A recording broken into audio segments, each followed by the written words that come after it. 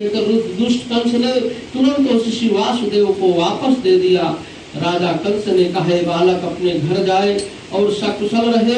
तत्पश्चात उस बालक को लेकर सूरसेन पुत्र वासुदेव प्रसन्नता पूर्वक अपने घर की ओर चल पड़े।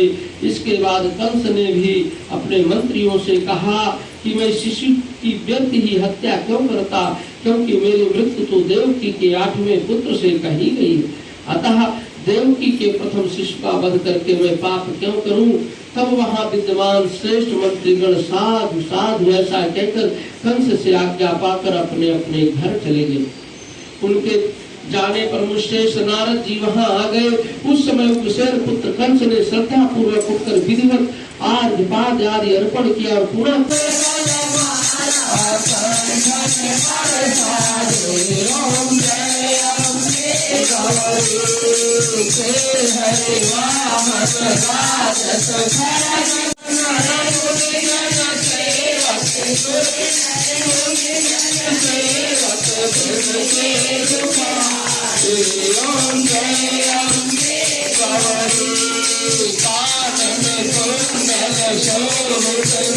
Om